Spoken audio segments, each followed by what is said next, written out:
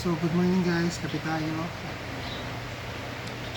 at maulan. So introduce ko lang pala yung mga native sanjo na makikita sa Pilipinas. So bukod sa Nepenthes o sa pitcher plant, meron tayo dito 8 variety ng sanjo na matatagpuan sa Pilipinas. Una, ito yung Drosera Bormani. May 5 ako dito na hawak na native sa atin. Ito yung Drosera Serpens. Actually malaki, maliit pa ito malaki ito hanggang 12 inches o higit pa. Drosera Spatulata, tapos yung Drosera Indica.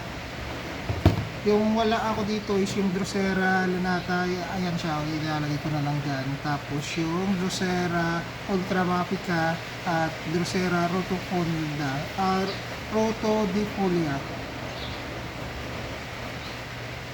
Ito yung Rotodifolia, parang ganitong tsura, kaso pula lang na ano.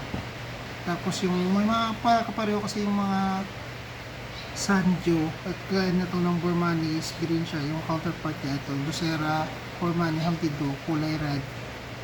Ayan, kaiba sila sa size saka sa kulay. So yun lang, salamat.